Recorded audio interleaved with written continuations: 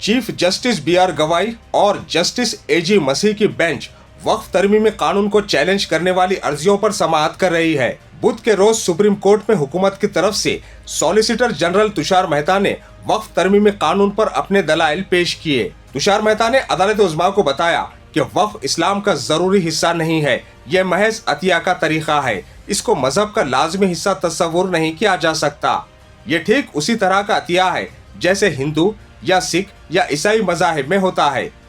तुषार मेहता ने कहा कि जिन अफराद के जरिए मफाद आमा की अर्जियां दाखिल की गई है उनमें से कोई भी मुतासिरा फरीक या शख्स नहीं है।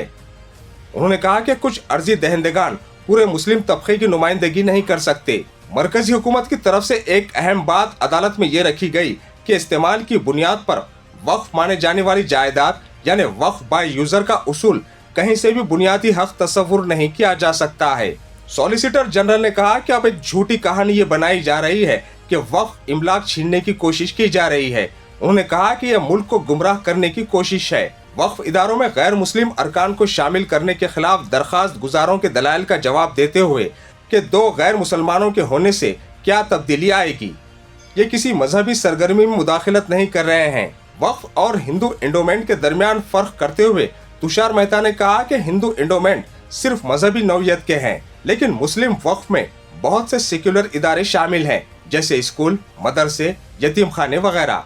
सॉलिसिटर जनरल ने इस हवाले से एक मिसाल देते हुए कहा कि Bombay public trust act Maharashtra में मंदिरों को कंट्रोल करता है और इसका चेयरमैन किसी भी मजहब का हो सकता है। क्या और बड़ी ही गंभीरता से माननीय सर्वोच्च न्यायालय ने इस सारे बिंदुओं पर गंभीरता से सुना और उस पर कल भी सुनवाई जारी रहेगी। कल भी भारत सरकार के तरफ से जो सॉलिसिटर जनरल साहब वो अपनी बात रखेंगे। उसके बाद जो मुस्लिम पक्ष के एडवोकेट्स हैं उन्हें भी कुछ समय के लिए सुना जाएगा। सुप्रीम कोर्ट उबरी हुक्म जारी करने के मकसद से ये समाअत कर रही है।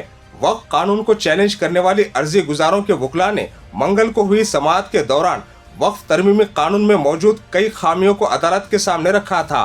अदालत में 22 मई जुमेरात के रोज भी समाअत जारी रहेगी और अदालत दोनों फरीकैन का मौक़िफ़ सुनेगी। ब्यूरो रिपोर्ट, मुंसिफ टीवी।